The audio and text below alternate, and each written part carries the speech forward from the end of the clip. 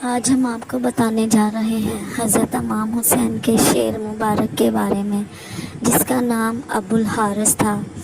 حارث اب عربی زبان میں شعر کو کہتے ہیں۔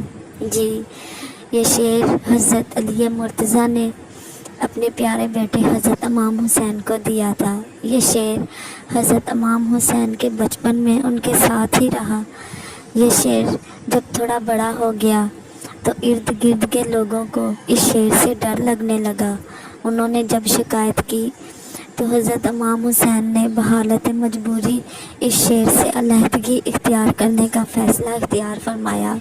انہوں نے شعر ابو الحارث کو حکم دیا کہ وہ یہاں سے چلا جائے۔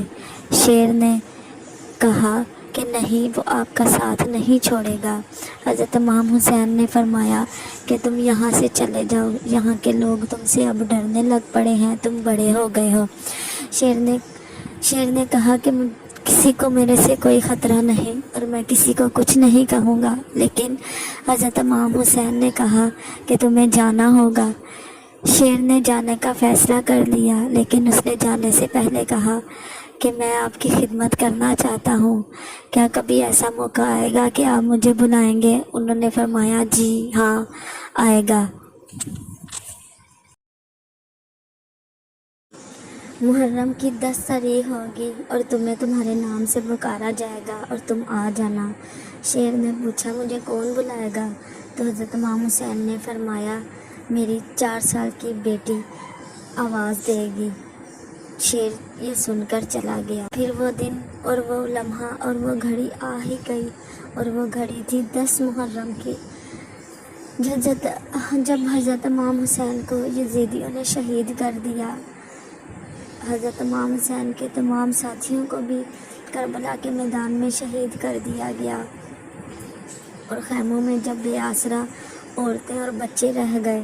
یزیدیوں نے حضرت امام حسین کو شہید کرنے کے بعد جب یہ فیصلہ کیا کہ وہ گھوڑے دوڑا کر حضرت امام حسین اور ان کے ساتھیوں کی لاشوں کو پامال کر دیں گے تاکہ ان کا کوئی نام و نشان نہ رہے، تو یہی وہ موقع تھا کہ جب اماں فضا نے حضرت امام حسین کی 4 سالہ بیٹی سکینہ کو کہا کہ وہ ابو الحارث کو آواز دے۔ اسی وقت جناب سکینہ نے ابو الحارث کو آواز دی تو حارث آنن فانن آ گیا۔ اب یہ خدا کو ہی معلوم ہے کہ وہ حارث کہاں موجود تھا اور وہ کیا کر رہا تھا، جو جناب سکینہ ایک 4 سال کی چھوٹی بچی کی آواز پر لبیک کہتا ہوا آ گیا، اور آ کر جب اس نے دیکھا کہ حضرت امام حسین شہید کر دیے گئے ہیں اور ان کے ساتھی بھی کربلا میں شہید ہیں، تو ابو الحارث نے آ کر وہ دھاڑ لگائی کہ یزیدی لشکر کے گھوڑے بھدک گئے، اور یزیدی لشکر کے گھوڑوں نے ایک قدم بھی حرکت کرنے سے انکار کر دیا۔ یزیدی لشکر اور اس کے گھوڑے بھاگم بھاگ وہاں سے روانہ ہوئے، اور یوں ابو الحارث نے حضرت امام حسین کی کہی ہوئی بات پر لبیک کہا، اور وہ وقت کہ جب وہاں پر ان لاشوں کی حفاظت کرنے والا کوئی نہیں تھا، اس نے آ کر وہاں پر ان لاشوں کی حفاظت کی۔